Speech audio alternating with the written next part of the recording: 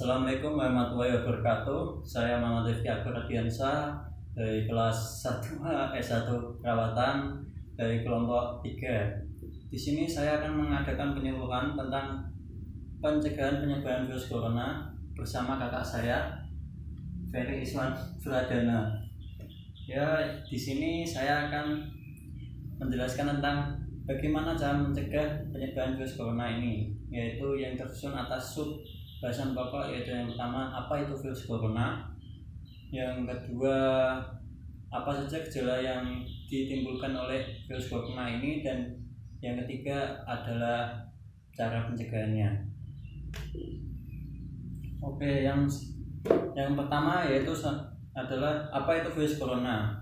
Virus corona adalah sebuah virus yang menyerang sistem pernafasan yang menyebabkan pneumonia akut sampai kematian.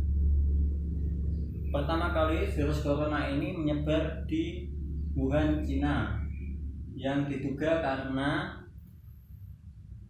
perilaku atau kegiatan masyarakat di sana tidak baik, yaitu mengkonsumsi hewan liar sebagai makanan.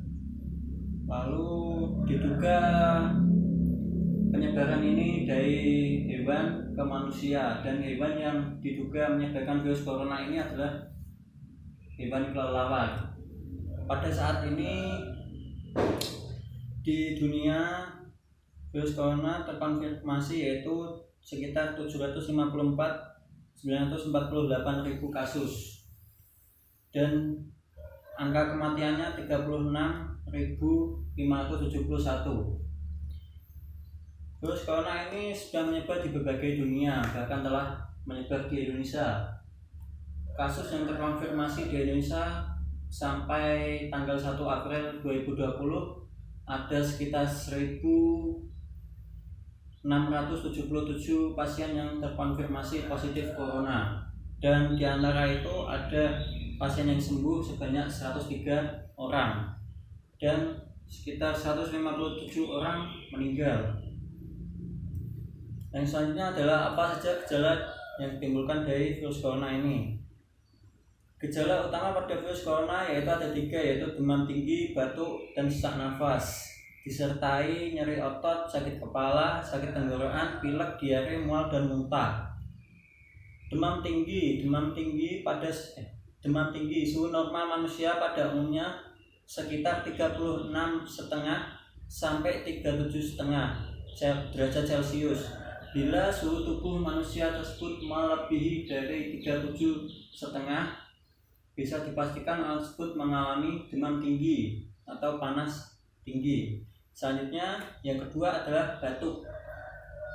Batuk di sini ada 2, yaitu batuk kering dan batuk berdahak.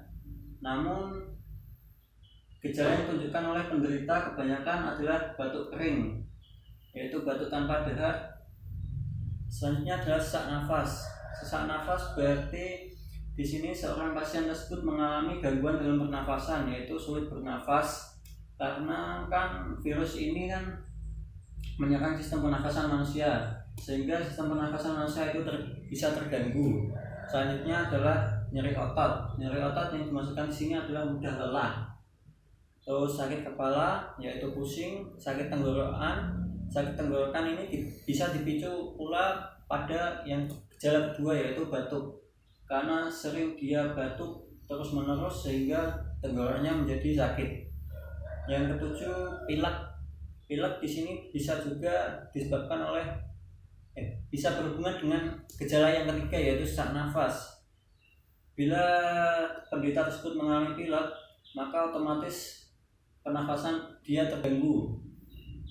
Terus diare dan mual muntah ini biasanya tidak sering ditunjukkan oleh para penderitanya, namun hanya sebagian saja penderitanya yang mengeluhkan diare dan mual muntah. Terus selanjutnya adalah bagaimana cara pencegahan virus corona ini. Yang pertama yaitu mencuci tangan. Dengan mencuci tangan adalah cara paling efektif untuk cara paling efektif untuk mencegah penyebaran virus corona ini, karena di tangan itu bila kita makan kan menggunakan tangan, dan pokoknya semua kegiatan menggunakan tangan, sehingga tangan kita harus bersih. Dalam kegiatan mencuci tangan ini harus menggunakan sabun dan air mengalir. Terus yang kedua adalah menggunakan masker. Seperti masnya ini menggunakan masker. Dengan menggunakan masker, maka udara yang dihirup itu bisa tersaring atau terfiltrasi dengan baik, sehingga udara yang masuk ke hidung itu lebih bersih. Selanjutnya adalah memperbanyak minum air. Memperbanyak minum air yaitu supaya tenggorokan kita tidak mudah sakit. Otomatis tenggorokan bila sakit itu berarti tenggorokan kita mengalami kekeringan, sehingga kita harus memperbanyak minum air. Selanjutnya yang keempat, beristirahat yang cukup. Dengan beristirahat yang cukup, maka imun atau kekebalan tubuh kita akan terbentuk dengan baik, sehingga kita akan kebal terhadap berbagai masalah penyakit. Terus selanjutnya yang kelima adalah mengurangi kontak dengan orang lain. Dengan mengurangi kontak bertemu dengan orang lain, maka kita akan bisa memutus rantai penyebaran virus corona tersebut, karena kita jarang bertemu orang lain. Oke, itu adalah penjelasan dari saya. Selanjutnya adalah sesi pertanyaan. Apakah ada pertanyaan? Pasti ada dong. Oke, saya akan bertanya dari sub pembahasan dari dari corona ya. Tadi kan di dalam pencegahan untuk penyebaran corona kan ada mencuci tangan. Saya mau bertanya bagaimana cara langkah cuci tangan dengan benar dan kapan kita harus cuci tangan? Waktunya kapan? Oke, waktu untuk mencuci tangan itu kapan? Lebih baik kita mencuci tangan waktu setelah melakukan aktivitas. Terus untuk bagaimana cara mencuci tangan yang baik dan benar, itu kita harus melakukannya dengan menggunakan sabun dan air mengalir. Adapun langkah-langkah mencuci tangan, yaitu yang pertama kita menaruh sabun di sini, terus kita gosok. Lalu yang kedua itu ke punggung tangan. Lalu yang ketiga begini, dan yang keempat, terus yang kelima, dan yang terakhir keenam begini. Ya bisa dipraktekkan bersama-sama biar saya bisa menyontoh.